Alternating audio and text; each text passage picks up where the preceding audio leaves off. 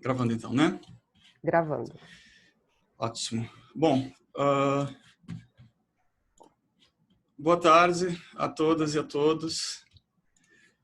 Esse é mais um diálogo do projeto de extensão Jornalismo e Direitos Humanos em Diálogo, que é um projeto coordenado por professores da Faculdade de Filosofia e Ciências Humanas da UFBA, da Universidade Federal da Bahia. O projeto consiste numa série de 10 diálogos que vão ser divulgados pela internet, nos quais pesquisadores dialogam com jornalistas, com ativistas de direitos humanos, pessoas envolvidas com comunicação social, tentando entender um pouco melhor como nós chegamos até aqui e imaginar saídas. Vocês têm informações completas sobre o projeto no site, e essas informações também, o endereço também vai estar na descrição do vídeo no YouTube. O site do projeto é Direitos Humanos em Diálogo, tudo junto, .wordpress.com. O meu nome é Rafael Azizi, do Departamento de Filosofia da Universidade Federal da Bahia, e eu vou moderar a mesa.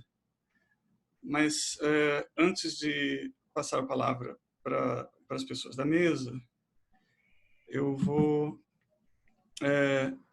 dizer umas palavrinhas muito breves para contextualizar a nossa discussão. Tá? Então, o pano de fundo desse diálogo é duplo. Por um lado, nos últimos anos, nós temos sentido no Brasil um recuo da aplicabilidade do conceito de direitos humanos. Eu não digo aplicação, porque essa é sempre complexa e tem uma história bem mais antiga, obviamente internacional, mas eu digo aplicabilidade porque parece que o próprio debate sobre alguns consensos de base em torno desse conceito parece, nesse momento, nesse país, paralisado ou quase isso. O que é muito grave, né, para a defesa tanto da República quanto da democracia brasileira. Esse recuo da aplicabilidade do conceito de direitos humanos se nota nos discursos de operadores jurídicos, em textos da grande mídia e cada vez mais nos discursos ouvidos na rua. Ou seja, há dimensões ideológicas, culturais, antropológicas, etc., envolvidas nesse processo. Basta citar a famosa frase bandido bom é bandido morto, para que a gente tenha uma ideia rápida da penetração desse recuo que eu mencionei. Né? Por outro lado, nós nos propomos levantar esse problema em diálogos com jornalistas ou pessoas envolvidas com comunicação, porque as mídias são um palco importante em que se travam batalhas de persuasão na direção desse recuo ou de resistência a ele. Aliás, mais do que as mídias, a gente precisa pensar como país no problema da comunicação social, né? Ou na comunicação social como problema, digamos. Né? E com isso nós incluímos nos diálogos, pessoas que têm pensado justamente, então, a comunicação social em geral. O fato é que nós vivemos um momento peculiar, tanto na maneira de disseminação de informação, quanto nos modos de diálogo público. Noções de falso e verdadeiro parece que se relativizam não por razões críticas, o que seria perfeitamente legítimo e vem sendo feito, inclusive, há décadas de dentro da academia, mas de modo a comprometer referências comuns mínimas sobre a realidade. E aí a gente tem um problema, de fato, com outra dimensão. Né? Quando você compromete as mediações necessárias, as trocas de razões, a interpretação de conteúdos factuais, ao que as filósofas chamam de processos de deliberação, de assentimento e formação de opinião, etc., nesse momento a comunicação social se deteriora a um ponto de paralisia. E um dos perigos disso é abrir o caminho a discursos que não visam contribuir para a qualidade dos nossos acordos e desacordos, etc., mas sim polarizar, radicalizar o proverbial guarda da esquina. Um tema de meados do século passado. Então, entre as muitas tarefas de construção da vida democrática no Brasil, é importante rediscutir em paralelo os consensos em torno de direitos humanos e também a comunicação social na qual emergem consensos possíveis em geral. Bom, isso sobre o projeto como um todo, digamos, né? Esse do qual esse é o segundo diálogo e vai consistir em mais 8 outros diálogos. Neste diálogo de hoje, a gente vai se concentrar nesse último aspecto, né? A comunicação social, e nela a noção de mediação. Quando a gente fala de comunicação social, nós estamos falando do ambiente em que operam as mediações talvez necessárias, né? Eu não quero ser frívolo e usar uma palavra forte dessas assim, mas talvez necessárias é que as pessoas deliberem, troquem razões, deem assentimento, etc. Por exemplo, quando nós falamos de cuidados com a situação pandêmica, que é o nosso tema cotidiano hoje, né? Essa mediação deveria ser feita, sobretudo, pelos saberes e fazeres da ciência, né?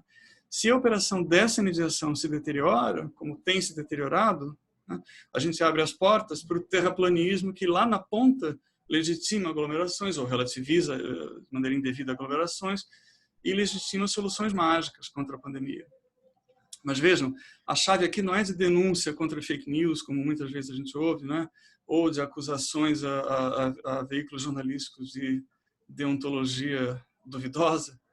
A chave aqui é a de compreensão de aspectos que são inevitavelmente múltiplos e complexos, né? Estou falando de uma miríade de temas, por exemplo, a influência de discursos religiosos que novamente querem influenciar cada aspecto da vida das pessoas, como já o tinham feito no passado, né?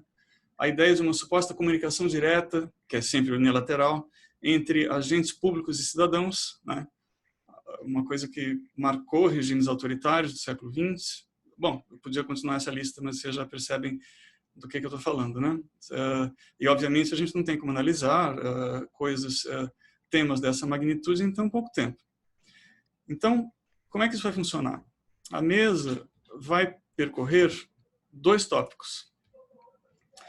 O primeiro tópico a gente chama de discursos autoritários saem do armário, né? E aí vai consistir numa rodada em que as pessoas fazem breves proposições sobre aspectos dos discursos de criação de bases sociais de apoio a projetos autoritários, ao mesmo tempo em que se dissolvem sentidos de conceitos operatórios à articulação de valores públicos fundamentais da República e da democracia, né?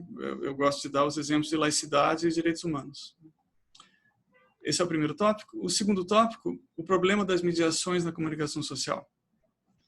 E aí, nessa rodada, as pessoas fazem também breves proposições sobre mutações na comunicação social, e, em particular, no modo como as dissoluções das mediações favorecem a saída do armário de discursos autoritários, justamente. Então, os 2 tópicos são diferentes, mas estão altamente articulados, né?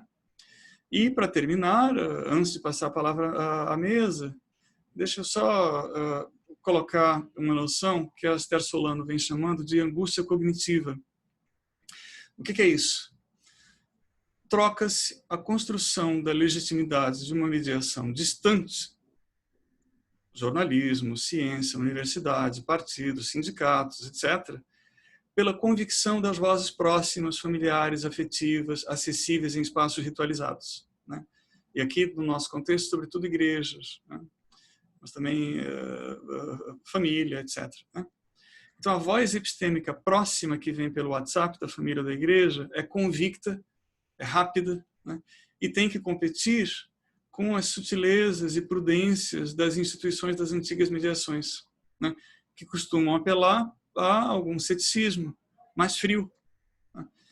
Então, aí você já vê qual é o imbróglio que isso causa, né?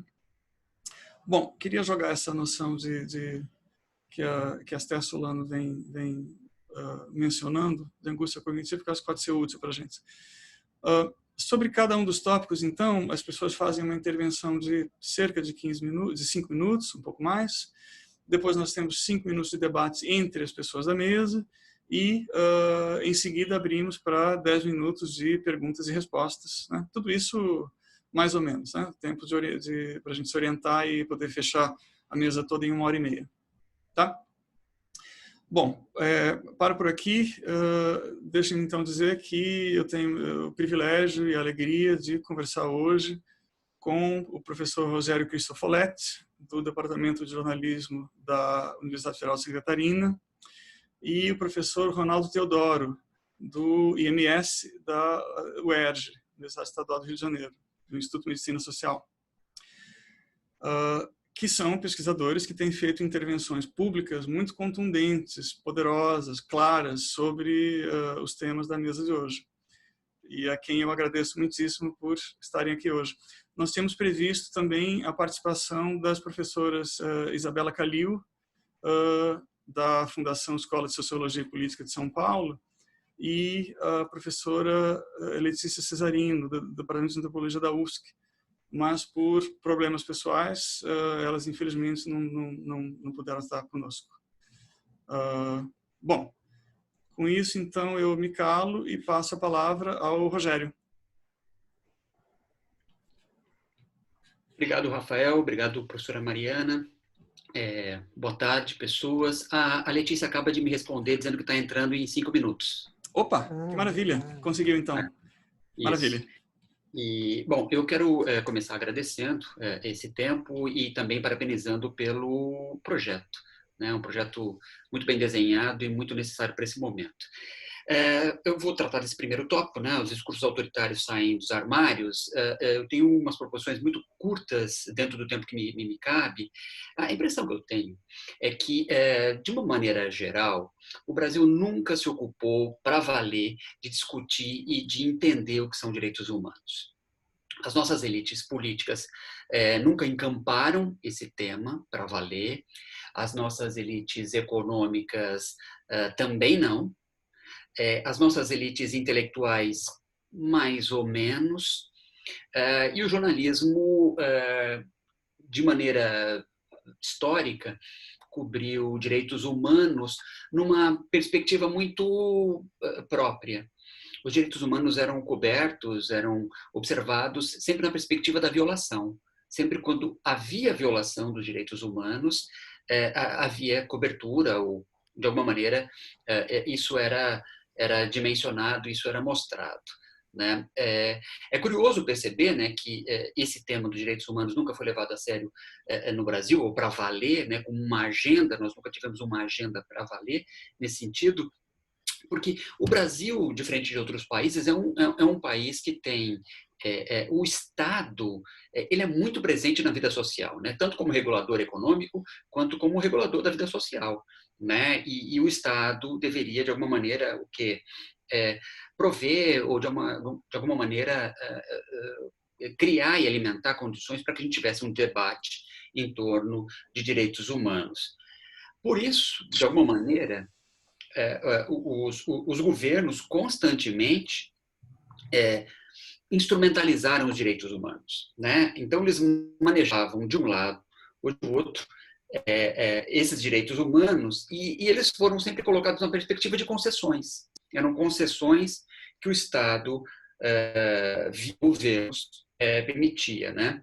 E isso também, essas concessões, elas eram dadas ou foram dadas em momentos específicos, de uma maneira muito estratégica, meio que para promover e controlar um desenvolvimento sadio do nosso capitalismo, e assim a civilização serviu, né? O processo civilizatório, o processo de igualdade de condições ou de divisão dessas condições serviu ao capitalismo de uma maneira geral. A imprensa e o jornalismo deram, como atores políticos, deram respaldo para esse tipo de perspectiva durante um tempo, e foi assim durante décadas, até que a gente chegou num período muito próximo de agora, que é o império das redes sociais, e é também o império da chamada, que a gente chamava, né, de sabedoria das multidões. Eu coloco muito entre aspas, porque foi assim que se usou durante um tempo, e é assim que a gente percebeu muito rapidamente que isso se modificasse. Né? E a sabedoria das multidões, na verdade, foi uma miragem. Por que uma miragem? Não porque as multidões sejam incapazes de serem sábias ou de apontar caminhos, não, pelo contrário. Foi uma miragem porque nós acreditamos que esse mercado de ideias fosse um mercado simétrico, fosse um mercado justo, fosse um mercado para todos. E ele não é, né? A gente percebe hoje com mais clareza que a manipulação dos algoritmos, as trapaças dos robôs e dos disparos massivos de serviços de mensageria como o WhatsApp, entre outros, que o fortalecimento de câmaras de eco e a exploração dos instintos mais básicos, tudo isso contribuiu de alguma maneira para que essa balança ficasse mais descompensada possível. E isso permitiu, né, na minha visão, que certos discursos prevalecessem, não porque são hegemônicos, mas que são os mais ruidosos, né, que são esses discursos autoritários que, de alguma maneira, estão saindo, estão circulando por aí. E aí eu caminho para o encerramento da minha fala, muito curta, né? Em 2007, o Andrew King, que foi um empreendedor da internet importante nos anos 90, ganhou muito dinheiro com a internet, escreveu um livro chamado O Culto ao Amador. E a crítica dele era justamente isso, né? Olha, e ele falava que a cultura e a civilização corriam um risco com o culto ao amador. À época eu achei um exagero aquilo. E hoje eu me compadeço, porque hoje acredito piamente que Andrew King conseguiu ver na esquina o que nós não estávamos vendo, né?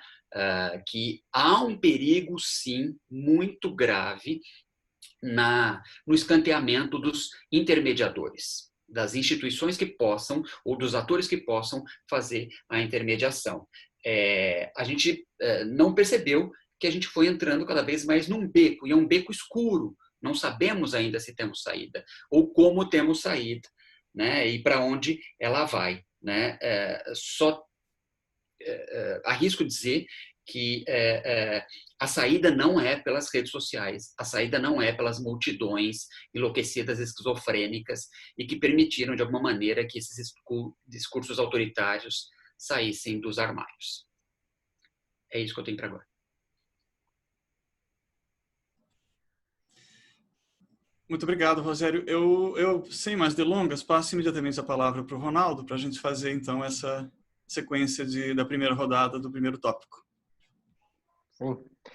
Bom, em primeiro lugar, eu gostaria de fazer agradecimentos enfáticos ao Rogério, à Mariana, ao Rafael. Dizer que é uma grande satisfação estar aqui com vocês, né? E com isso dar uma boa tarde a todos e a todas que nos escutam aqui, sabe? Que daqui a pouco a gente vai poder dialogar, né? Estabelecer aí uma reflexão comum, né? Coletivizada. Bom, eu também fazendo considerações assim mais rápidas, né? Introdutórias, eu acho muito interessante, pegando um pouco esse primeiro tópico, Rafael, que os aspectos, né, do discurso autoritário e a relação dessa dimensão autoritária com, né, e o que ela tem de agressão com os direitos humanos. Eu fiquei pensando, né, nesta provocação e imaginando e me dando conta, os direitos humanos eles surgem como uma forte moção histórica de valorização das coisas públicas, de valorização do direito público, né? Se a gente pega lá a primeira Declaração Universal dos Direitos do Homem, né, ainda tinha uma conotação muito patriarcal, isso na Revolução Francesa. Em boa medida, o que estava se colocando ali à época, né, que o que se considerava como direitos universais, igualitários, né, direitos e deveres igualmente compartilhados, essa noção que surge ali elaborada, né, e ganha uma projeção mundial no final do século XVIII, início do XIX, em boa medida, ela está denunciando o que havia de opressão no que era reconhecido como lei de família. Ou seja, o espaço privado era o lugar, por excelência, da opressão. Era a opressão aos trabalhadores, né? Então, se você, nas relações de trabalho, era interessante pensar os direitos humanos como sendo, ou os direitos do cidadão, né, aquele que vive na cidade, a partir da superação das relações assimétricas de trabalho, né? Também houve, à época, né, a Declaração Universal dos Direitos das Mulheres e reivindicava também o fim desta lei de família, porque ali também, no espaço privado, havia toda sorte, como há ainda em boa medida, mas já era identificado que no espaço privado era o lugar onde campeava, né, o fluxo desigual de poder. Então era um massacre, né? Por isso os direitos universais do cidadão, trazendo para o espaço público, né, uma dimensão universalizada, compartilhada em direitos e deveres simétricos. Bom, isso submerge no tempo e surge no pós-Segunda Guerra Mundial, né? Então, para usar uma expressão do historiador catalão, recém-falecido, Antoni Domenech, um longo eclipse, né, que se dá, e isso ressurge depois das tragédias do nazifascismo na Segunda Guerra Mundial. E aí, com o nome de a Declaração dos Direitos Humanos. Eu acho que essa história, né, por que eu estou me remetendo a ela? Eu acho que ela nos ajuda a entender que dos aspectos centrais do autoritarismo contemporâneo consiste, em boa medida, em nos levar de novo para este lugar privado que é a lei de família. Entendendo este espaço como um lugar onde a opressão pode se dar se eu desconstruo a legislação do trabalho. Se eu desmonto a CLT, eu, na verdade, então, estou abrindo espaço novamente para que a relação patrão-empregado possa se dar sem controle público. Isto é um retorno à lei de família. A intolerância, que em boa medida vem junto, né, com esta moção de retomada de um espaço privado, né, ou de empurrar as pessoas para o privado, que elas não possam assumir em público, né, as condições, as suas liberdades sexuais, né, ou as mulheres, ou o próprio aborto, que nada disso possa ser discutido em público. Me parece que essa intolerância contemporânea, quando a gente olha para ela e também entende o que é a organização do trabalho precário, um lugar comum que atenta diretamente contra os direitos humanos é justamente implodir o espaço público, né, e afirmar essas dimensões privadas, que é onde as dimensões autoritárias do poder podem se colocar, né, onde a desigualdade de poder pode se pronunciar sem limite. E a isso estão dando o nome de liberdade. A isso estão dando o nome de modernização, né? Então, me parece que é muito adequado e muito feliz a discussão dos direitos humanos, né, porque nos permite identificar como que o que eu posso chamar aqui de neoliberalismo, ele converge uma linguagem de economia política, que é a privatização numa escala monumental de relações de trabalho, né, conduz isso para um terreno privado, e esta convergência dessa economia política neoliberal com um ethos intolerante no que diz respeito às liberdades individuais, né? E, nesse sentido, repõe aquilo que eu iniciei minha fala dizendo, que era um espaço onde esta lei de família opressiva, que é justamente contra o qual os direitos humanos nasceram combatendo, né, está sendo reposto para a gente à luz do dia. Então, eu abriria aqui um pouco esta reflexão, fazendo essa consideração, né, esse recuo histórico e recuperando o sentido dos direitos humanos, para desenvolver aí o lugar da comunicação a partir de um ponto, e aí encerro aqui, né, de pensar a comunicação dentro dos direitos humanos, me parece também pensar o desafio da simetria do poder de fala. Se a cidadania é o lugar simétrico dos direitos e dos deveres, coletivamente compartilhado, me parece que um dos problemas centrais que nós enfrentamos é que o poder de fala ele é absurdamente desigual, né? Ele é assimetricamente distribuído. Me parece que isso provoca uma série de distorções, né? Não só nas mídias tradicionais, quanto nas novas redes aí. Mas isso a gente pode discutir mais para frente. Bacana, obrigado, Ronaldo. Eu passo imediatamente a palavra para a professora Letícia Cesarino. Bem-vinda, Letícia. Oi, boa Obrigado tarde. por Boa estar entre tarde, nós. Rafael. Imagina, eu que agradeço o convite, peço desculpas pelo atraso, mas eu consegui, acho, chegar ainda a tempo de fazer minha intervenção nessa primeira rodada, né? Sim, sim. Agradeço bastante o Rafael, o resto do pessoal que organiza o evento pelo convite, cumprimento meus colegas de mesa, e eu imagino que a gente tem aí uns minutinhos iniciais para jogar algumas ideias, né? Em termos de como ver essa tríade que vocês propuseram, que é a questão dos direitos humanos, a questão da verdade e a questão da comunicação. Eu tenho abordado esse universo emergente que eu vejo muito assim como rearranjos, né, que estão acontecendo aí pelo menos desde os anos 60, 70, quando começou a se falar, né, da ascensão do neoliberalismo, foi a mesma época da Revolução Digital, e esse unanimidade, né, em torno do capitalismo, com a remoção do seu outro polo dialético, né, durante a Guerra Fria.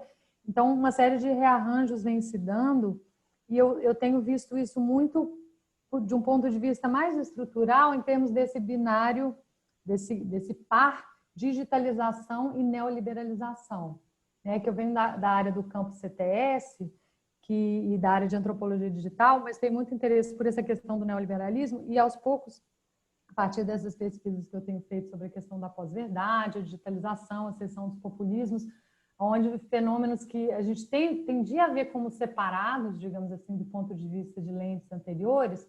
Por exemplo, isso aqui é política, isso aqui tem a ver com verdade, isso aqui tem a ver com moral, isso aqui tem a ver com economia. Quando a gente começa a ver na prática, principalmente de poucos anos para cá, né, a gente começa a ver que em termos de modus operandi, de mecânica de funcionamento, coisas como populismo, como teorias da conspiração, né, principalmente esses fenômenos mais digitalizados, eles são muito parecidos, né, em termos do ponto de vista da forma de operação. Então, eu tenho tentado perseguir um pouco esse caminho de tentar pensar, né, que emergências são essas, e são emergências que têm mudado radicalmente a forma como as pessoas têm entendido tanto a questão da comunicação, né, quem fala com quem, a estrutura de mídia, né, da nossa esfera pública tem mudado radicalmente, né, uma fragmentação muito grande aí derivada da digitalização, do que a gente chama da Web 2.0, né, que é bem diferente daquela internet ali dos anos 90, essa mais baseada em conteúdo gerado por usuário, né, hoje em dia, e junto com isso a questão de verdade e também de direitos, e principalmente de direitos humanos, que parece que tem sido uma modalidade, digamos assim, de direitos, como o Ronaldo estava pontuando, que tem sido especialmente atingida, né, por esses processos. Então, a gente vê no caso do bolsonarismo, por exemplo, uma ressignificação muito grande do que significa direitos humanos, né? Desse viés mais universalista que vocês estavam comentando, baseado nesse paradigma fordista, modernista, no sentido ali do século XX, né? Para uma ideia de, como eles dizem, né? Um dos slogans, direitos humanos apenas para humanos direitos. Então, você tem essa, que é típico, né, desses populismos sem rédeas, que tendem a um fascismo de fato, que é muito o caso que a gente está vendo hoje, no caso da direita radical. Eles negam totalmente esse contraponto institucional de universalização, que é a base não só dos direitos humanos, mas a base das garantias, né, do garantismo no direito, é a base da verdade no jornalismo, da verdade na ciência.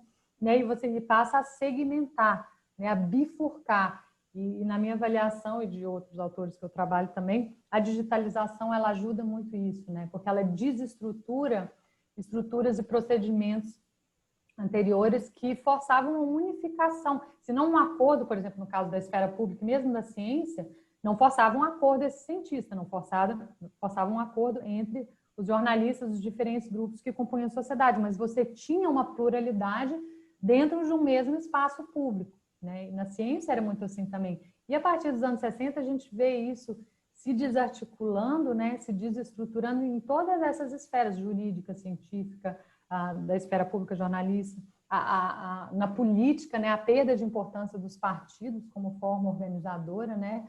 Hoje a gente vê partidos pequenos, por exemplo, até como o próprio PSOL e outros que têm facções, né? Essa faccionalização da política. Então, isso tem bastante a ver com essas mudanças mais infraestruturais mesmo, né? Isso que eu tenho identificado através do termo crise do sistema de peritos, né? Que envolve todas essas esferas.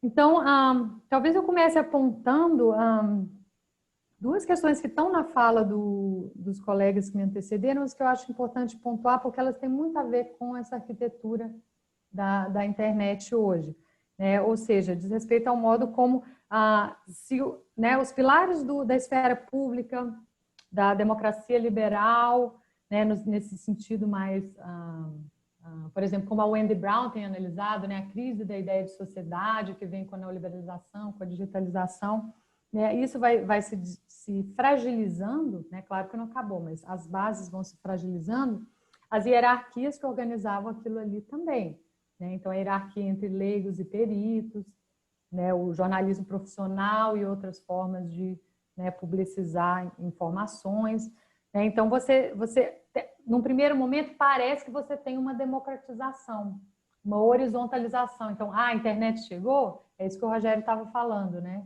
Então, agora todo mundo vai ter voz. Então, né, dá aquela primeira experiência de que a Torre de Marfim está sendo destruída, que bom, né? Agora os cientistas não estão mais naquele lugar de privilegiado e de se acima, né? Se colocando acima dos saberes, né, das pessoas comuns, etc. Mas o problema é que a gente tem, ao mesmo tempo, uma reinscrição de hierarquias, de novas hierarquias, né? Só que isso eu sinto que não é muito visível para as pessoas. Então, você pega a web, por exemplo, é um lugar extremamente hierárquico. Você tem ali 5 companhias que, basicamente, não só controlam tudo que acontece, como estruturam, né? Elas influenciam a própria estrutura do que é a internet hoje. E as pessoas estão ali, nas plataformas, né? Ainda com aquela ideia de que o que elas veem ali é o que é espontâneo, é o que é autêntico, é o que né, que o acesso à informação foi democratizado, esse tipo de coisa, mas eu acho que é simplesmente um efeito de ainda não estar visível para as pessoas o que funciona exatamente atrás da tela, né? E não só a questão da concentração dos monopólios, mas os próprios sistemas algorítmicos que fazem com que certas coisas apareçam para elas e outras não, né? Mas eu acho que isso ainda tem muita alienação técnica ainda, né? Usando o termo do Simondon, em termos de como que esse mundo aparentemente horizontal e democratizado funciona. No caso da política, muito fortemente, né? O Bolsonaro ele foi eleito com aquela sensação de que finalmente o povo está tendo voz, né? Porque somos nós que fazemos a campanha, somos nós que, né, tem até um pouco aquela sensação de que eles controlam o Bolsonaro, né? E eles podem dizer diretamente para ele o que eles querem, né? O povo pode dizer, e vai pelo celular, repassa a mensagem até chegar no celular do Bolsonaro, esse tipo de coisa. Então, você vê como que a estrutura técnica tem muito a ver com isso, né? Essa ideia da liberdade, da soberania individual, que eu finalmente posso performá-la por esses novos meios técnicos, né? Não precisa mais do Estado, da estrutura partidária, aquela coisa pesada, né? E claro que, acho que eu já vou fechando por aqui, né? O motor disso tudo que é a lógica de marketing, né? E através da internet, o modelo de negócios por trás de todas essas plataformas é uma lógica de marketing, mas ela não aparece enquanto tal. E, no entanto, ela vai contaminando todas as esferas, né? Política, jurídica, os cancelamentos, os tribunais de internet, né? As próprias teorias da conspiração no plano mais epistêmico, elas tendem a seguir uma lógica relativamente parecida, pelo menos é assim que eu tenho tentado observar. E aí, 2 pontos só para fechar, que são 2 padrões também bastante transversais mesmo, que é o que uma autora, que a Lisbeth von Sunnen chama de epistemologia, né? Isso tem se tornado um padrão muito forte. As pessoas acreditam no que elas veem outras pessoas iguais a elas falando, nos vídeos, nos áudios que elas recebem no Zap, o descrédito das instituições mediadoras, né, que vocês estavam falando aí, do jornalismo, da ciência, né, é cada vez menor, né? Eu comecei um projeto agora, que a gente está começando algumas entrevistas aqui no interior do estado com relação a isso. Isso realmente assim, é muito forte, e na literatura internacional sobre o tema também é um fenômeno quase universal, assim, sabe? Onde a digitalização está chegando. E as segmentações seria um segundo ponto que eu destacaria, que tem a ver com essa separação entre campos amigo e inimigo, né, que está por trás dessa reorganização da ideia do que são direitos, né, quem tem direito ao quê, quem tem direito à vida, quem não tem, E aqui subjaz esse slogan, né, do bolsonarismo e da nova direita de forma geral, que é que direitos humanos são para humanos direitos. E o resto? O resto eu não sei. Né? O resto não é para estar aqui no corpo político, né? Não pertence ao corpo político. Tem que ir para a Venezuela, tem que ir para Cuba, né? Nossa bandeira nunca será vermelha. Então, você tem realmente essa característica de uma segmentação binária muito forte, que eu acho que também tem bastante a ver com essas estruturas técnicas que a gente tem hoje. Não apenas, mas é um aspecto que eu destacaria. É isso, para começar. Obrigado, Letícia. Bom, a gente tem, como eu tinha dito no começo, a ideia é fazer 2 rodadas, né, em relação a esses dois tópicos. As pessoas fazem essas intervenções e depois a gente abre para um debate entre as pessoas da mesa, durante alguns minutos, e em seguida para as pessoas que estão nos assistindo nos bastidores, também durante cerca de 10 minutos. Né? Então, eu abro a palavra para todo mundo se interpelar uns aos outros. Vocês tocaram em pontos que têm muita interconexão, né, com vocabulários diversos, e com ênfases diversas, mas, por exemplo, quando o Rogério falou de culto ao amador, e o Ronaldo falou de inclusão do espaço público, né? Isso está diretamente conectado com a crise do sistema de peritos que a Letícia mencionou. Então, mas não sei, eu abro a palavra para vocês. Eu gostaria de... Só um comentário. Vamos lá. Não, a ideia é passar para... Desculpa. Aproveita e falou, Letícia, bem-vinda. Obrigada por aceitar o convite. Rafa, a gente vai abrir para... É para a mesa ou é para primeiro para a mesa e depois para todo mundo. Ok. Vamos lá. Não, é uma questão que me parece assim, que é muito cara para mim, né? Gosto muito de ficar pensando, como que é isso que a Letícia explorou muito bem, né? A web, né? A internet, as redes sociais, elas me parecem mesmo se reproduzir, né? As piores distorções causadas por esses espaços sobretudo porque eles ampliaram uma relação hierárquica, né, de corporativa mesmo, de que há grandes corporações e há muito dinheiro circulando na produção dessas distorções públicas. Né? Então, aquilo que no primeiro momento comparece historicamente como sendo uma democratização radical do acesso à fala, né, quebrando aqueles circuitos intermediários de produção de conhecimento, o que me parece é que talvez, né, e aí é uma questão mesmo, é que aquilo que pode ser a desconfiança em relação à participação ampliada da opinião não regulada é antes um problema de uma hierarquização e uma concentração de poder. Né? Ou seja, é menos um problema da democratização do acesso a todos falarem e mais uma hierarquização de poder que consegue perverter a própria formação dessa opinião pública. Ou seja, nós não temos, ou estamos mais distantes de uma formação democrática da opinião pública. Né? E não porque agora as pessoas podem falar mais.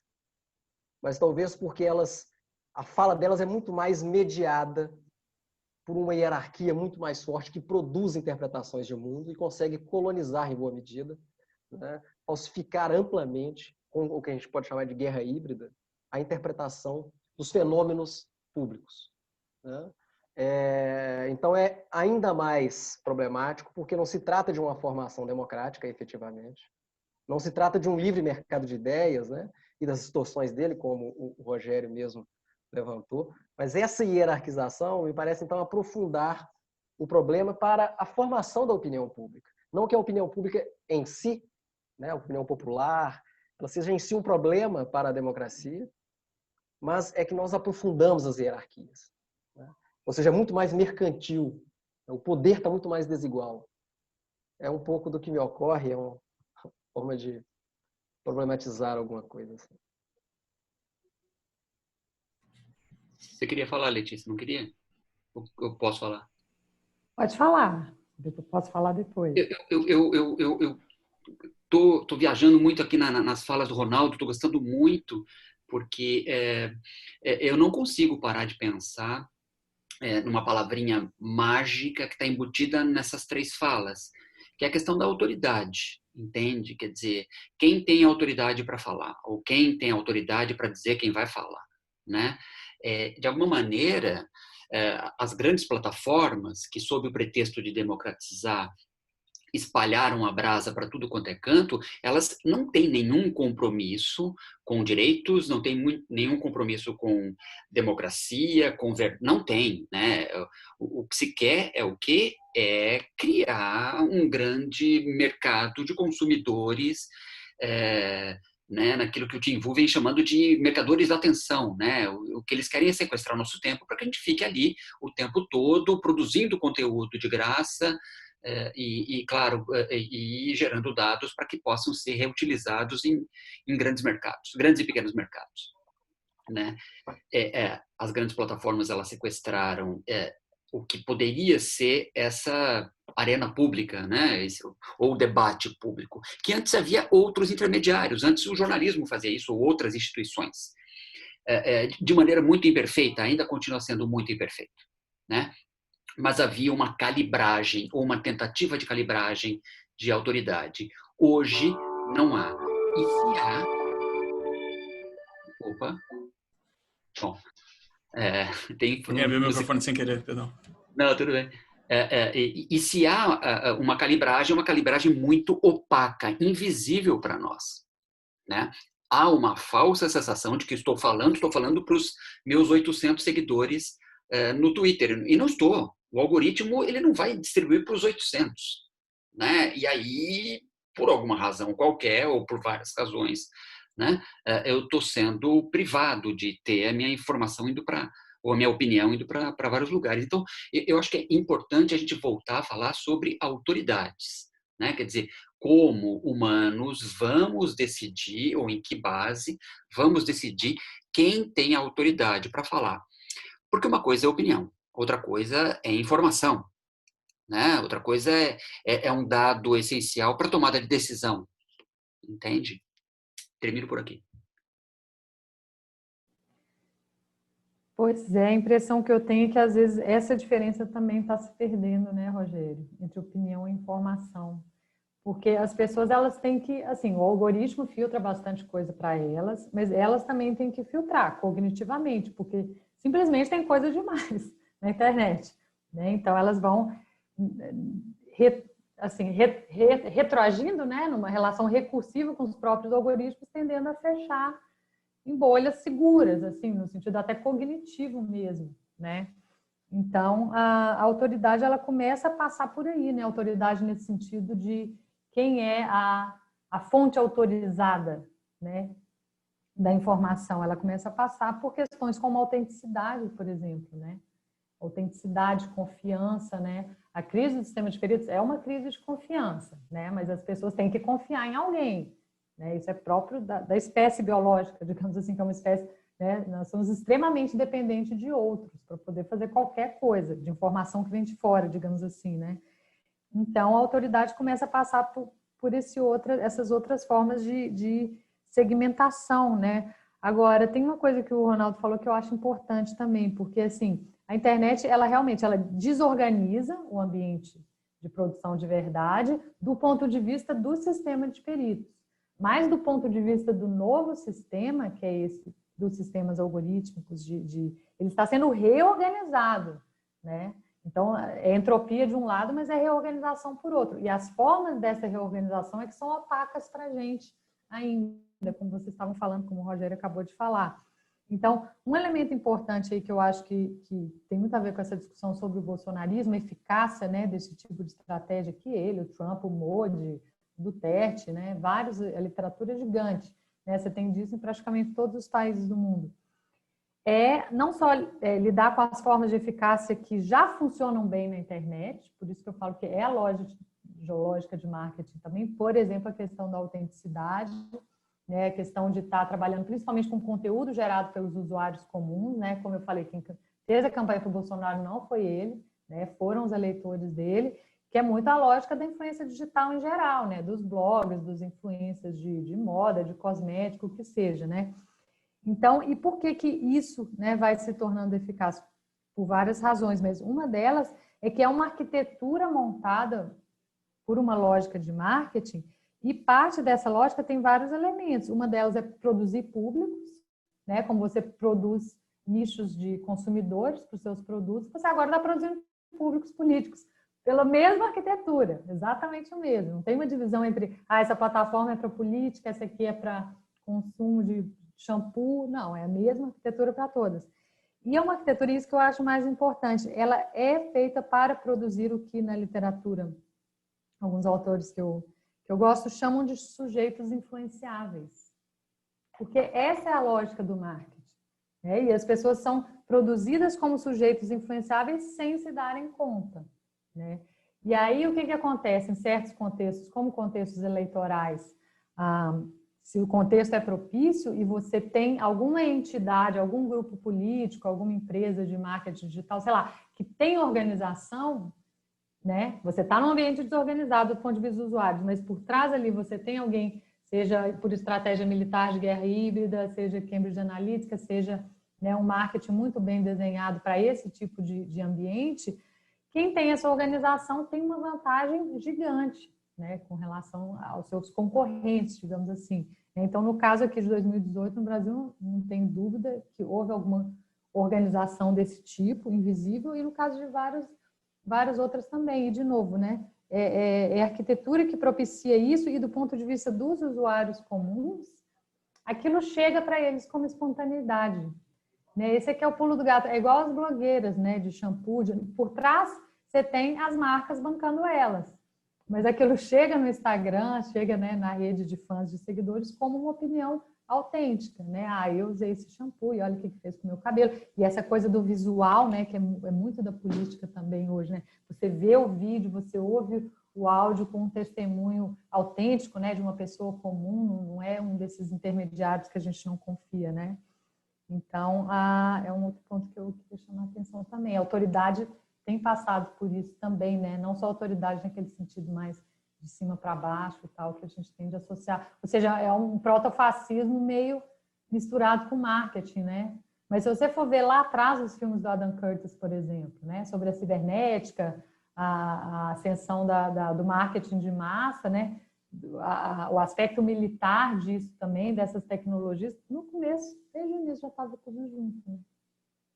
Desde lá atrás.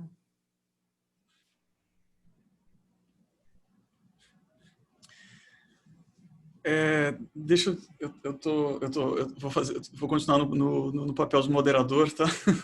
Quereria intervir, mas não é o caso. A partir de agora, as pessoas que estão ouvindo, né, os inscritos no projeto, se quiserem fazer perguntas à mesa diretamente, podem fazê-lo, tá bom? Peço a palavra e podem fazer por áudio, abrir o microfone e a câmera também, ou quem quiser pode escrever também no chat. Então, a gente tem 10 minutos de perguntas sobre esse primeiro tópico.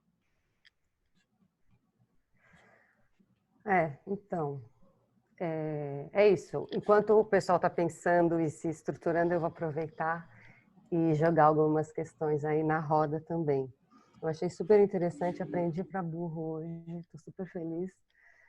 E queria fazer 2 comentários. O primeiro comentário é sobre essa sensação de mudança, né? Todo mundo tem isso do ponto de vista assim, acadêmico, mas também o jornalismo, do ponto de vista jornalismo, né? A gente vê que tem uma mudança, a gente está fazendo várias tentativas de nomear essa mudança. Então, hoje, aqui vocês falaram dos quais todos os termos me parecem muito interessantes. Falamos em rearranjos, em ressignificação.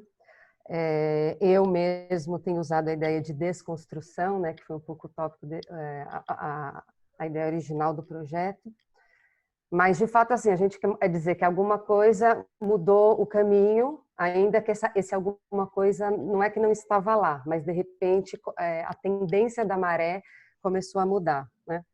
E dos tópicos muito interessantes, que eu acho que a gente teve dificuldade de ver o momento que a maré virou, é a questão que Rogério levantou, o tema da autoridade, e Letícia me parece que trabalhou mais a questão da hierarquia. A gente está vendo uma reinscrição da hierarquia. Isso não significa extinção da hierarquia. O que mostra que existe uma hierarquia de saber, por exemplo, que qualifica esses saberes diferentes, que é importante, ela não é necessariamente ruim.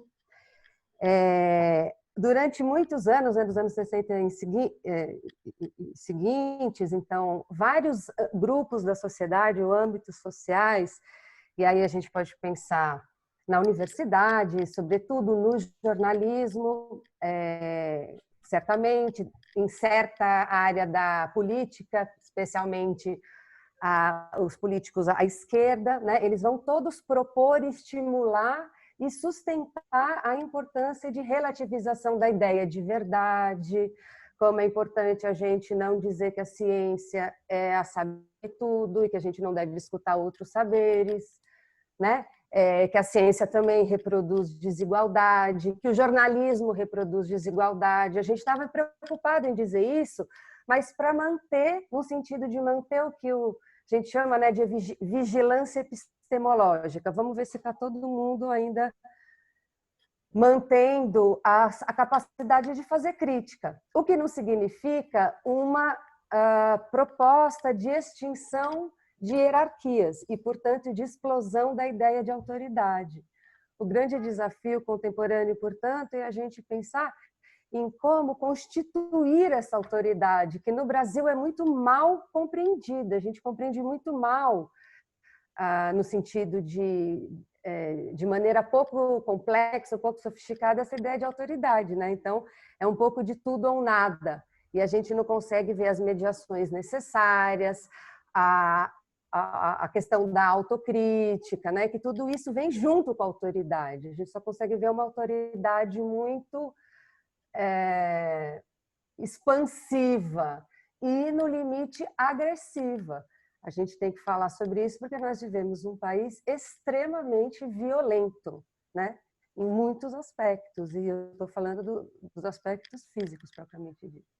Então é isso, eu só queria lançar de volta essa proposta, de investir nessa transição das qualidades das hierarquias nesse mundo. Bom, gente, falei tudo isso, mas... aqui, ó, Rafa, Carla, você quer ler, então? A opinião que ela... comentário que ela colocou aqui? Eu leio? Uhum. A Carla disse... agradece a exposição. Na minha opinião, o que ocorre, infelizmente, hoje é a normalização de tudo. No Brasil, vemos os direitos humanos mais básicos sendo desrespeitados diariamente. Lamentavelmente, as alas progressistas não estão conseguindo furar essa bolha e mostra os riscos dessas perdas. O que pode ser feito para tentar mudar esse cenário sombrio? Não sei se alguém quer dizer alguma coisa. Bom, eu posso tentar arriscar algumas coisas. Aproveitando um pouco o que Mariana estava dizendo há pouco, né? Realmente, no Brasil nós temos um pouco de distorção do conceito de autoridade. No Brasil, a autoridade geralmente é associada ao uso de força, né? E não autoridade como resultado de uma legitimidade. Eu tenho autoridade porque detenho um conhecimento, ou porque detenho um tipo de recurso que é importante para os demais, ou que eu tenho uma certa condição que vai agregar ao grupo, entende? Quer dizer, no Brasil não. E aí basta a gente pensar no guarda da esquina, que já foi mencionado aqui, né? O sujeito que vai exercer uma autoridade. Olha, você está diante de uma autoridade. Se você vai falar um pouco mais alto que o guarda, você desacatou a autoridade. Ele não é mais um funcionário do Estado que deveria estar lá para garantir a sua segurança, mas ele é uma autoridade que vai te punir. Então, há uma distorção histórica do conceito de autoridade no Brasil, né? Eu queria aproveitar o que Mariana falou nesse sentido. É claro que Carla, eu não tenho respostas para os setores progressistas. Me parece que como cara de comunicação, como professor, eu vou insistir em duas coisas. É necessário que nós façamos investimentos constantes em diálogo e em comunicação, né? As forças progressistas precisam investir em comunicação. Elas precisam se habilitar, se capacitar de uma tal forma que as forças autoritárias sabem, né? As mais conservadoras sabem usar a comunicação. Então, é necessário um investimento nesse sentido, que não é investimento necessariamente impulsionar, né? Não é só dar dinheiro para Facebook, entende? É a gente aprender com essas redes, reatar diálogo, reatar pacto, refazer pacto, entende? É isso.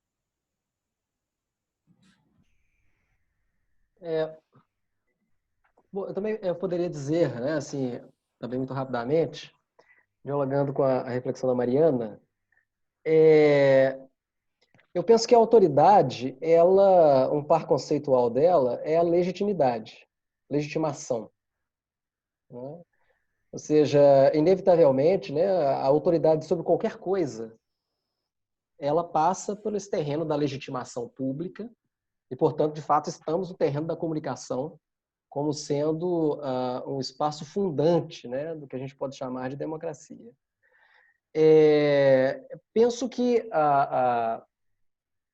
a desconstrução da autoridade, né, da ciência, no caso agora da pandemia, a dificuldade que a gente teve na área da saúde, que é um pouco mais onde estou vinculado, né, nos meus estudos, a desconstrução da autoridade do SUS, isso é um processo anterior à pandemia, né? A gente tem pesquisas, acabamos agora de fazer uma pesquisa pegando uma sequência de notícias produzidas, né, no jornal Folha de São Paulo e também no estado de Minas, e predominantemente o SUS aparece como um problema. Ele é categoricamente deslegitimado, né? E os seus maiores êxitos são informados de forma lateralizada. Não informa que é SUS. Então, Fiocruz, isso é SUS?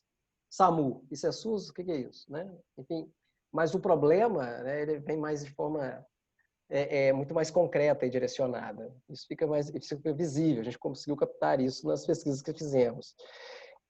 Então, a deslegitimação, né, se ela é o terreno, no caso clássico, né, das telecomunicações, uma questão que a gente pode identificar, né, como sendo um problema da produção da informação, me parece que no caso agora das novas mídias, o grande desafio é a deslegitimação pela calúnia, pura e simplesmente. Agora, é isso, né? As pessoas andam peladas nas universidades. E o seu dinheiro é gasto com isso, né? Então, é a calúnia aberta. E me parece, então, que o terreno se coloca mesmo como ampliação da informação. Como é que eu vou me proteger contra a calúnia? Ampliando a informação, né? Me preocupando ainda mais com a comunicação e expandindo a possibilidade de informar para além desse circuito que produz, e aí eu insisto um pouco nisso, né? Produz numa escala industrial a desinformação contemporânea. E essa adjetivo industrial, né, é para chamar a atenção, porque me parece que há muito disso no caos que vivemos hoje. Ou seja, é uma certa reorganização de mercado, né, no campo da informação. Com a relação à questão da Carla, a minha intuição, Carla, é que os casos mais bem-sucedidos, pensando de novo nesse par, né, assim, das mídias tradicionais, das telecomunicações, os casos mais bem-sucedidos passaram por algum controle público, né, onde você tem mídias públicas estatais, mas autônomas, né, não estatal no sentido como sendo de governo. A gente tem experiências muito interessantes, né? Nos casos bem-sucedidos estão ali na Europa. A gente não conseguiu construir isso no Brasil. O terreno da comunicação no Brasil é dominantemente privado, né? Tem oligopólios, né? Esse sentido tradicional. Então, esse já é um problema clássico, né? A gente não conseguiu construir a comunicação como um direito público, no sentido que a gente tem, por exemplo, o sistema de saúde. A gente disputa a saúde contra a oferta privada dela, né? Entendendo ela como universal. A gente não conseguiu implementar isso na área da comunicação. A EBC foi desmantelada imediatamente quando o Temer assumiu, e isso Isso diz muito, me parece, né? Então, eu acho que eu me vejo um período de aprendizado sobre o que está acontecendo, né? Com essas novas mídias, mas a julgar pelas experiências bem-sucedidas de um outro contexto, nós temos de novo que pensar as dimensões públicas da comunicação, né? E parece que a internet é o terreno, né, de um controle não público, né? Ou não republicano. Então, eu concordo totalmente com os dois colegas. Eu sou um pouco mais pessimista. Bom, não sei se vocês foram pessimistas ou otimistas, mas assim, eu vejo tendo a ver pelo lado mais sistêmico. Assim, eu concordo muito com a coisa da circunscrição pública, né? É esse espaço público na esfera pública, na ciência, financiamento público da ciência. É isso que em qualquer, né, durante o século XX todo garantiu isso que a gente, né, chama da existência mesmo disso que a gente chama de sociedade, né, que é um pouco o argumento, de novo, né, da Wendy Brown. E isso é que está sendo desestruturado, né? Então, a questão dos direitos humanos, né, a gente vê, por exemplo, e eu concordo com o Rogério, né, porque dentro dessa polaridade, vamos supor, punitivismo-garantismo, né, que seria um equilíbrio, digamos assim, né, a história do Brasil sempre pendeu muito mais para um punitivismo, né? A gente tem esse passado escravocrata e esse, né, 88 tentou dar uma reequilibrada, mas a gente está vendo de novo a coisa pender, né, para esse lado. E a concepção de humano, quando a gente pega direitos humanos, né, a concepção de humano dessa direita radical emergente, ela é muito clara. Ela não tem nada a ver com universalismo, né, de onde, e que tem a ver com garantismo jurídico, né, toda essa sequência, né, esfera pública, pluralista, né, isso tudo está num pacote. Punitivismo, a direita radical, a pós-verdade, isso tudo está nesse outro pacote. E a ideia ali é de que o humano isso se sobrepõe com o populismo, né? A característica, o atributo de humanidade, ele está para quem está dentro do grupo. Né? Você tem essa divisão amigo-inimigo, né? Para usar aí o termo do Carl Schmitt, que o Laclau retoma, né? E está sendo muito trabalhado hoje, porque é assim que o Trump, que o Bolsonaro, que todos eles trabalham, né? Você traça essa linha divisória e o humano, quem está dentro, quem não está dentro, pode e deve ser eliminado, seja fisicamente, seja de qualquer outra forma. Então, assim, nesse senso comum da direita radical no Brasil hoje, por exemplo, a gente vê muito a ideia, por exemplo, de que é um absurdo que o Estado gaste para manter criminosos presos, porque essas pessoas o Estado estaria gastando mais com elas do que com os desempregados, né, as pessoas os cidadãos de bem que realmente estão precisando. Então, vai fazer o que com essas pessoas? Né? O subtexto aí é que tem que atirar na cabecinha. Então, você vê como que essa lógica da direita radical e a lógica neoliberal, hoje elas são muito próximas, né? Elas são praticamente a mesma. O Luc Vacan já discutiu isso bastante, já nos anos 90 apontava essa convergência, né, do punitivismo com o braço direito, né, do neoliberalismo, etc. Então, não é à toa, né, não surpreende que direitos humanos está bem, né, na frente desse ataque. E a questão da família que o Ronaldo colocou também, né, totalmente, porque o neoliberalismo hoje, de várias autoras, né, Melinda Cooper, além da própria Wendy Brown, enfim, já é uma linha bem estabelecida de que o conservadorismo, essa aliança, né, conservadorismo moral com os neoliberais, essa modulação conservadora do neoliberalismo hoje, ela tem a ver com esse vácuo, né, de proteção à mulher, às crianças, né, que o Estado e esses direitos ofereciam no âmbito para, né, amenizar essas relações autoritárias dentro da família, né? Então, não é à toa que, junto com isso, vem o conservadorismo, a ideia de que a mulher tem que voltar para casa, porque é ela também que vai, como se diz, segurar o BO, né, da precarização neoliberal. Né? Quando você não tiver mais SUS, quando você não tiver mais, né, pessoas desempregadas, idosos, quem é que vai cuidar desse povo? Não é o Estado? São as mulheres, elas têm que estar de volta na família, né? A complementaridade funcional é um pouco essa. Então, acho que eu paro por aqui. Mas, enfim, quanto à pergunta da Carla, né, eu acho que certamente a gente tem que voltar a circunscrever, institucionalizar essa arena do público, com certeza, do social nesse sentido, né, que foi no século XX, mas não dá para ser igual no século XX, porque a história não volta atrás. Então, como fazer, né? Eu acho que vai chegar num ponto que a coisa está tão avançada no sentido da privatização de tudo, que talvez a gente está mais perto, é mais perto a gente dar mais uma volta dialética nisso aí do que voltar atrás do que foi no século XX, digamos, né? O modelo do estado de bem-estar, fordista, né? Pleno emprego, etc. Então, eu vejo, por exemplo, em propostas como renda básica universal, coisas nesse sentido que trabalham com uma realidade que já é neoliberal, mas que tenta talvez dar mais uma volta, né, junto com reforma fiscal, tudo isso, né, reforma tributária, enfim, para continuar financiando o SUS e, enfim, o que quer que seja público, educação e tal, mas um modelo novo, né, que não seja exatamente voltar ao que era antes dessa hegemonia neoliberal, né. Olha, eu acho que a gente precisa encerrar esse primeiro tópico para poder abrirmos uma nova rodada de breves intervenções sobre o segundo tópico. Muito obrigado, Letícia. Muita coisa, né? Eu acho que talvez só enfatizar algo que perpassou as intervenções de todos, que é uma tensão entre autoridade e mediação, né? Que são conceitos em relação aos quais você não pode falar nem em superação, nem abraçá-los de uma maneira simplista, né? E eu acho que o pulo do gato foi uma palavra que a Letícia pronunciou, que é quebra de confiança, né? Eu acho que parte do jogo da comunicação social que favorece a saída do armário desses discursos autoritários passa muito por inviabilizar, talvez mais do que transformar, né? Inviabilizar algum grau de confiança epistêmica construída pela via de legitimidade, etc, etc.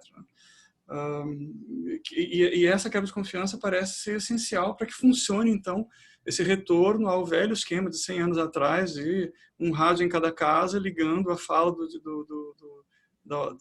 ditador a cada família, né?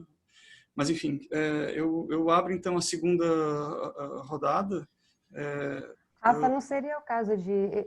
Eu acho que a Marizilda que fez um comentário super interessante, eu acho que valeria a pena a gente ler. A gente vai estourar o isso? tempo, então. Ele não vai dar para fechar em 1h30 e não vai dar para fazer a segunda rodada.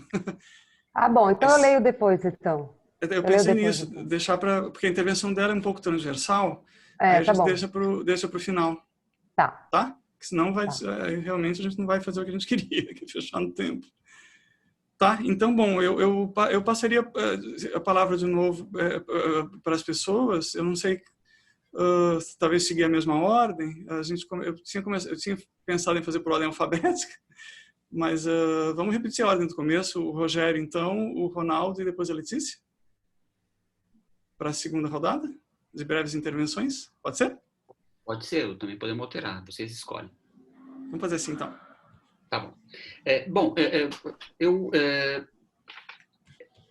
vou falar um pouco mais, né, dessa coisa como o próprio Rafael estava dizendo, né, da quebra de confiança na condição de professor de jornalismo, de jornalista e preocupado com essas coisas.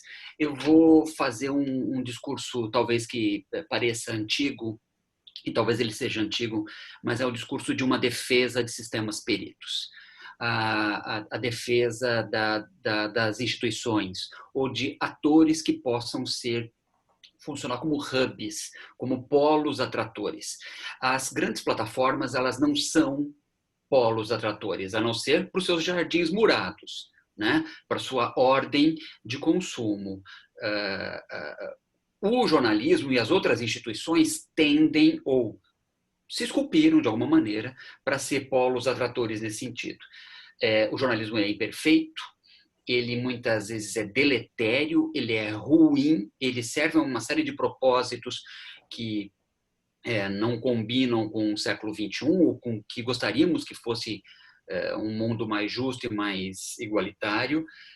Entretanto, nós, como seres humanos, ainda não criamos nenhum sistema que provesse a sociedade de maneira perene, continuada, de informação como o jornalismo. As redes sociais não fazem isso, gente. Não fazem isso, não se propõem a fazer isso, não tem comprometimento ou preocupação para fazer isso, né? As redes sociais, elas não se ocupam disso, e porque elas são contraditórias, desorganizadas, moralmente esquizofrênicas e, acima de tudo, porque elas não têm uma vocação autoimposta ou delegada pela sociedade de alguma maneira, contribuir para o debate público. E tem a ver com essa questão, né, a erosão dos discursos autoritários, né, como eles escaparam dos armários, tem a ver com essa quebra de autoridade, quebra de credibilidade, de confiança do próprio jornalismo.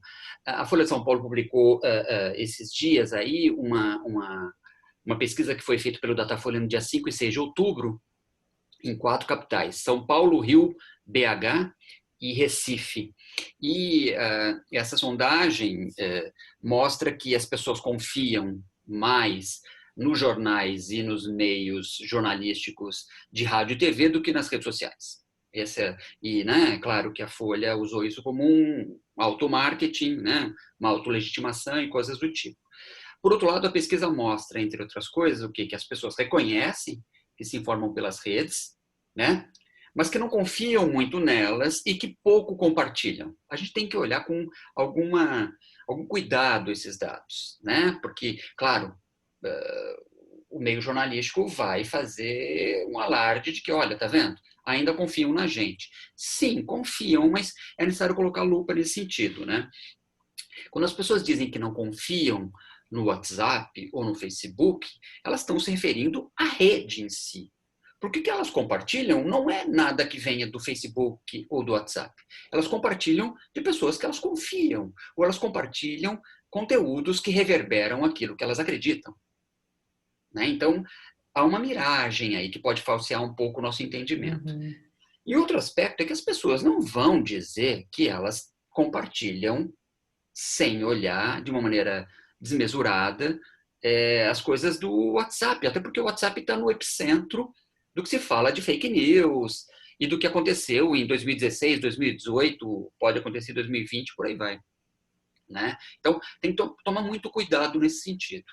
O meu discurso é no sentido de que nós precisamos, nós como jornalistas, né, e o jornalismo de uma maneira preocupada, e a sociedade que se ocupa ou se preocupa com isso, nós precisamos rediscutir novas bases para a confiança do jornalismo. Como é que ele pode resgatar a parte do jornalismo?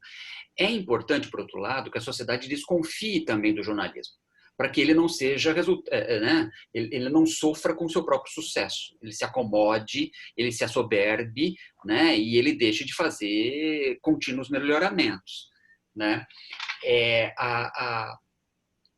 A questão, uma outra coisa que me preocupa nesse momento é quando o jornalismo renuncia a alguns dos seus papéis.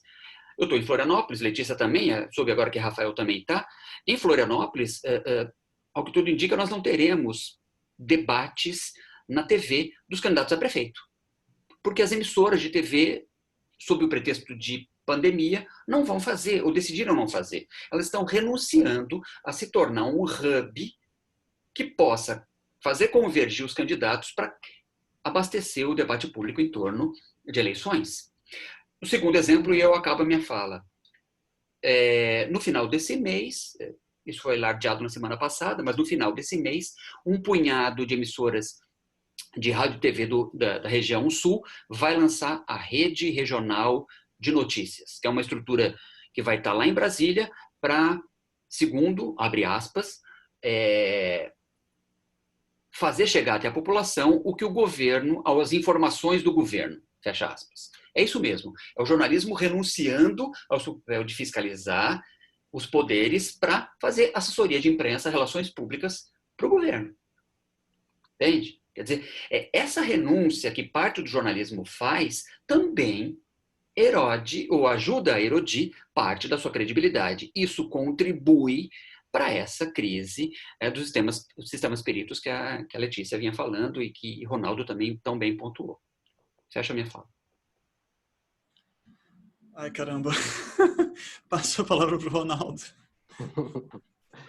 Pois é, Rogério. Bom, sobre esse ponto, eu também aqui estou levantando inquietações, né? Claro que é um terreno muito mais, para mim, sobretudo, né, de pesquisa né, de estar aprendendo com vocês, do que efetivamente apontar sínteses concisas, né, para uma realidade tão complexa como essa que a gente está vivenciando. Por exemplo, eu acho que a coisa da mediação, ela, em alguma medida, nos reporta novamente, né, a questão da Mariana, que diz respeito à autoridade, né? Então, nós temos a construção clássica de lugares onde as diretrizes sobre a construção social, né, foi formulada e, nesse sentido, atendeu, né, alguns critérios de rigor, e, em alguma medida, então, se legitimaram, né, no que a gente vem chamando, né, de democracias ocidentais, né, que são as universidades, né, o próprio jornalismo. Mas é interessante que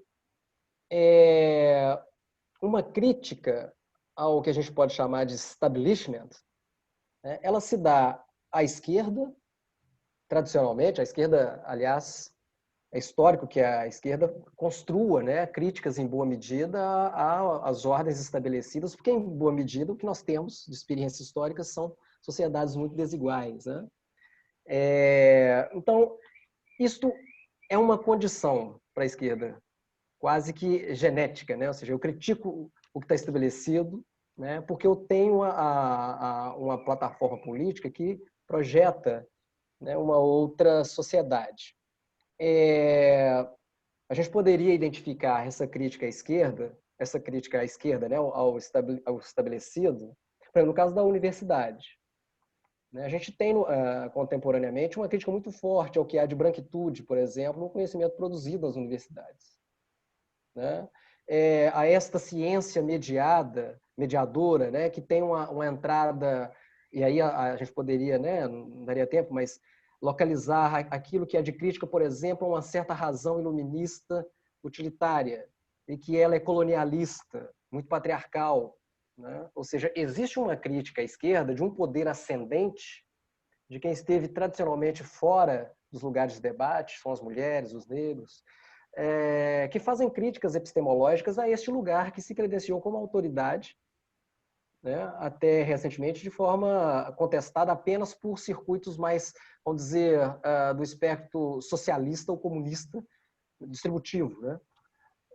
Mas, então, percebemos, né, a universidade, ela, como mediadora de arrogar uma autoridade para explicar o mundo e pensar a própria ciência, ela sofre de uma crítica não apenas à direita, claro que por motivos completamente distintos, né? Acho que a crítica dos movimentos ascendentes do poder, o movimento negro, o movimento das mulheres, os movimentos trabalhistas, é uma forma de alargar o poder, né? Então, me parece até que a busca pelo lugar de fala é ampliar a fala, né? É dizer, olha, tem um segmento aqui que se legitimou, que mediou sua autoridade, sem ouvir um segmento inteiro. E nós queremos, então, ampliar esse lugar de fala, né? Deixá-lo mais simétrico, que é uma coisa que, para mim, é muito importante. O próprio jornalismo, né, como mediador, como uma certa autoridade que vai informar a sociedade sobre as coisas da República, vamos pensar assim, também sempre foi muito questionado. Agora, a direita vem com uma outra formulação, né, dizendo que os meios tradicionais de mídia, né, são todos esquerdistas, né? Enquanto que a esquerda sempre criticou os meios tradicionais por dizer, olha, vocês criam viés interpretativos sobre o mundo, sei lá, podemos reportar as eleições de 89 e ver como é que a autoridade dessa mediação também vem sendo questionada há algum tempo, né? Mas a direita faz agora, claro, uma subversão completa do que deveria ser por que deslegitimar o jornalismo, né? Me parece que essa condição, ela nos empurra, né, historicamente, para uma outra mediação. Ou seja, esse establishment que está dado, ou que estava dado até pouco tempo atrás, né, ele vai sendo empurrado para outra mediação. Essa outra mediação me parece em disputa. Ela está em disputa pelos movimentos ascendentes do poder, de maior liberdade, né, de reconfigurar essa sociedade num outro plano de direitos, né, de reconfigurar esses lugares tradicionais, tornando-os mais plurais, né? E uma direita, né, que também tenta fazer uma outra mediação, e aí a internet me parece um terreno privilegiado, porque, retomando, né, a reflexão da Letícia, né, um espaço muito hierarquizado, e nesse sentido permeado, né, por interesses mercantis mesmo, né? Então, eu acho que a gente está se movendo para esse outro lugar, isso está em disputa, né? E um segundo aspecto é que, aí sim, me parece outro grande problema, e acho que também o Rogério e a Letícia já disseram, né? Eu trataria apenas de enfatizar, é que com essas novas mídias, com as redes sociais, a impressão que é o que a gente vai percebendo, né? A realidade ela deixa de ser um parâmetro comum, onde você minimamente tinha um lugar para discutir uma polêmica, visões controvertidas, mas em torno de um fato, né? Para um lugar onde, como alguém disse em algum lugar, não me lembro bem agora, para um terreno onde as pessoas estão nas suas cabines recebendo e produzindo a sua verdade absolutamente segmentada, né? E aí a dificuldade para se construir uma deliberação, né, minimamente articulada vai se mostrando inviável, né? E esse é o meu grande medo do impacto que essas mídias têm enquanto força política, como a gente vem vendo em momentos eleitorais. De repente tem um movimento subterrâneo e ele explode quando aparece, a gente não sabia que o MST está sendo acusado pelo aumento do preço do arroz. Então essas cabines que vão produzindo essa segmentação me parece um segundo aspecto terrível. Mas é isso. Uhum. Vou fazer 2 comentáriozinhos rápidos assim, sobre essa questão da crise de confiança, credibilidade, já continuando aí no que os colegas falaram. É que assim, eu sou da área CTS, né, que é a área interdisciplinar que estuda ciência e tecnologia, então eu costumo dizer que é um campo meio que se especializou em estudar como verdades são produzidas, né? Ou mais que verdades, como realidades são produzidas. E uma das coisas que a gente aprende com os clássicos mesmo, né, Thomas Kuhn, etnografia de laboratório do Latour, todos esses trabalhos, é como no modelo científico é custoso você produzir verdade, é custoso você produzir realidade, né? Por quê? Porque você segue procedimentos, você tem que seguir procedimentos que são procedimentos universais para a comunidade científica inteira, né? Então, é um modo de organizar a produção de verdade que é muito diferente disso que a gente está vendo hoje. Hoje é quase uma ideia assim, de verdade revelada, né? Não é à toa que as igrejas nadam de braçada nisso também. É aquele vídeo que chega no Zap. Entre uma reportagem de jornal e uma coisa que a pessoa vê ou tem a impressão que ela está vendo aquilo diretamente ali através do sentido imediato dela, ela vai confiar no vídeo, né? Ou seja, essa ilusão, né, de que você não precisa de intermediários para ver a verdade, você pode acessá-la diretamente. Mas em sociedades grandes como as nossas, que se estruturaram em torno da ciência, isso é totalmente disfuncional, sabe? A gente não é uma sociedade indígena pequena que, né, você desenvolve formas incorporadas de acessar a verdade muito mais, né? Nossas sociedades são complexas e os peritos são absolutamente necessários. Eu acho que parte da pouca credibilidade, e pensando um pouco vários paralelos que o Rogério falou do jornalismo, vale para a ciência também. Porque a crise de credibilidade ela já vinha antes da internet, ou já vinha pelo menos antes da Web 2.0. Aquelas coisas de tipo, uma hora o cientista fala que café faz bem, o outro fala que café faz mal, né? E isso vem de uma fragmentação dentro da própria comunidade científica que tem a ver com o modelo de financiamento, cada vez mais privatizado. E ainda mais quando tem a ver com produto, porque aí você tem, cada lado vai ter o seu cientista. Né? Então, você tem o livro, por exemplo, da Naomi Oreskes sobre os mercadores da dúvida, né? Que é de como o negacionismo climático se inspirou no modelo da indústria do tabaco, que era não produzir uma verdade alternativa, assim, tentar produzir um consenso dentro da comunidade científica de que o cigarro fazia bem. Não. O que eles fizeram foi desestruturar o consenso, foi impossibilitar o consenso ao estar financiando, né, pesquisas que estavam o tempo todo ali contestando e irritando, né, o procedimento normal, entre aspas, né, que é mais esse modelo do modelo público da ciência básica, né, de financiamento público. Então, você tem uma desestruturação e essa falta de consenso, né, na comunidade científica, ela vai minando a própria credibilidade junto às pessoas, né? E aí, um outro ponto com relação a isso, que eu acho que os divulgadores científicos já começaram a entender isso hoje, né? De que parte do resgate dessa credibilidade, eu acho que isso vale para o jornalismo também, para o direito, para para a gente na academia, né? Explicitar os procedimentos, explicitar esses procedimentos para as pessoas, de como essa verdade é produzida, né? Porque senão, na pandemia a gente viu muito isso, né? Esse vai e vem dos cientistas, pode usar máscara, não pode, né? Para o público isso parece um indício de falta de autenticidade. Tá no jogo político, tá? Não, mas é porque a ciência, né?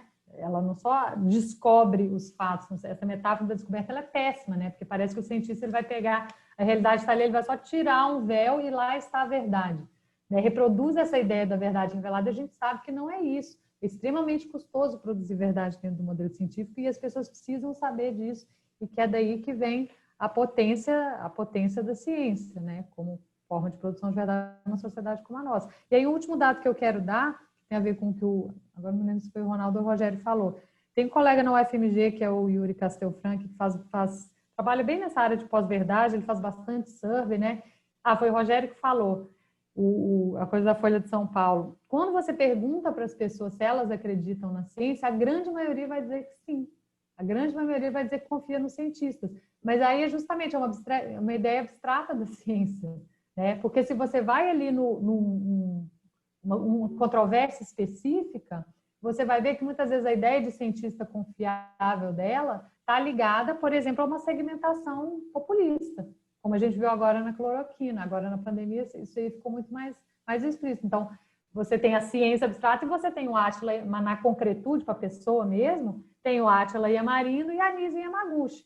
E a Anísia Yamaguchi está lá no zap dela falando que a cloroquina cura Covid, um monte de testemunhos, gente que falou que foi curado por Covid, e o Átila lá falando aquelas coisas toda complicada e dentro da bolha da esquerda, e ele vira, né, a divisão amigo-inimigo, ela passa a operar ali dentro da ciência também. Ou seja, há espaço para resgatar essa credibilidade, né, mas a gente tem que pensar melhor em como fazer, e não apenas ficar dizendo que as pessoas são burras, elas são irracionais, elas são ignorantes, porque isso não leva a nada, né?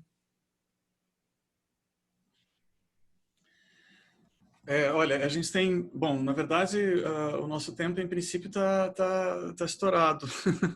Mas a gente... Então, bom, no fundo, eu acho que o que ficou claro é que, como era de se esperar, se há algum remate a fazer aqui, ele diz respeito muito mais à clarificação de tensões, né, do que propriamente soluções e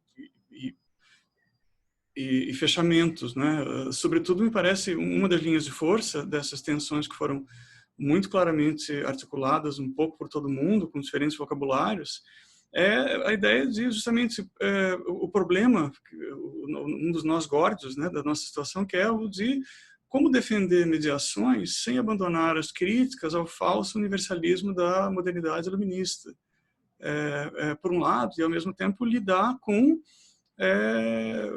o que alguém falou, não lembro se é a Letícia ou o Ronaldo, a inviabilização da deliberação, né? Política, mas não só, né? Que é absolutamente incontornável, sobretudo no caso como a Letícia mencionou, de sociedades complexas, né? O processo de deliberação tem que ter algum tipo de fluxo, de possibilidade com base em confianças, cujos critérios sejam partilhados. A Letícia também mencionou o perigo de você perder a consciência dos critérios dos quais emergem deliberações, né? Com isso, eu já estou também dando uma piscadela de olho muito rápida à segunda intervenção da Marizilda, que menciona a Letícia diretamente. Ela cita uma fala da Letícia, quando ela disse: não somos uma sociedade indígena, somos uma sociedade complexa. Acho que ela talvez ficou um pouco incomodada com isso. Talvez, Letícia, você possa dizer algo sobre isso. Sobre a primeira intervenção muito boa da Marizilda, deixa eu só dizer que eu acho que ela já foi contemplada pela segunda rodada, na verdade, de intervenções dos colegas. Então, E como o nosso tempo está estourado, eu diria que sim. Então, jogo para a Letícia responder a Marisilda. Não, é super rápido. Eu concordo totalmente com a Marisilda, já até respondi aqui no chat. E eu sou antropóloga, imagina, eu sou a última pessoa a dizer que as sociedades indígenas não são complexas. Elas têm um outro tipo de complexidade, claro. Claro. Eu estava me referindo mais com relação à questão de escala mesmo, né? E principalmente a materialidade, o tipo de intervenção material no mundo que a nossa sociedade, do tamanho das nossas, exigem. Eles exigem a ciência, né? Os indígenas, eles têm a complexidade dele para lidar com dentro da escala apropriada deles, né? Nós temos muito mais risco de desequilibrar as nossas sociedades do que eles, nesse sentido. Obrigada, Marisilda. Bacana. Acho que ficou claro na sua fala, Letícia, que se tratava disso e se tratava também de uma diferença brutal nos processos de deliberação, né? Bom, Mari, o nosso tempo se esgotou. Eu diria que temos uma decisão a tomar, fechamos ou abrimos para mais perguntas, mas o nosso tempo está esgotado. Bom, eu acho sempre um super dilema. Eu estou entendendo que Ronaldo tem um curso em seguida, não é isso? Rogério, de modo às 4, né? Rogério, às 4. Eu diria que a gente podia fechar e tentar se habituar a trabalhar dentro do tempo e também, enquanto grupo, né, para as próximas para os próximos diálogos, vocês também, a gente se organizar, né, a gente pensar como é que as intervenções dos presentes podem ser mais, enfim, presentes. Então a gente fecha nesse momento essa mesa, né? Exato. Bom, então já que a gente fecha, eu vou agradecer primeiro e ficar quieta. Então, gente, muito obrigada. Foi um prazer enorme, eu aprendi muito. Eu espero que para os nossos queridos inscritos também tenha sido muito bom. E espero que a gente continue esse debate em algum momento, em algum lugar, porque é isso. A ideia desse projeto, sobretudo, era estabelecer vínculos entre o mundo da comunicação e do jornalismo e o mundo da academia, né? De trocas de saberes, de experiências e de maneiras de produção da verdade. Bom, é isso, gente. Convido vocês, se quiserem, para os próximos encontros estarem presentes, senão a gente vai continuar colocando no YouTube. Obrigada. Valeu, gente. Bom, eu só também agradecer imensamente a Letícia, o Rogério, o Ronaldo, pelas excelentes falas, pela disposição, pela clareza. Eu acho que a gente sai daqui com um ganho de clareza acerca dessas tensões que continuam abertas, mas o ganho de clareza na sua articulação é absolutamente essencial nesse mar, nessa viscosidade que a gente está vivendo, em que as palavras parece que perdem a sua potência de articular os problemas que aqui foram articulados com clareza. Então, agradeço imenso a todos, a todas que estão também nos acompanhando nos bastidores. E, bom, a gente encerra aqui e daqui a pouco a gente sobe esse vídeo para o YouTube. Tá bom? Muito obrigado, gente. Eu vou encerrar a gravação. A gente encerra a gravação, Mari? Aí continua aqui só para dar tchau pro pessoal. Tá? Estou encerrando a gravação. Você encerra aí, Mari? A gravação encerrada. Podemos conversar agora.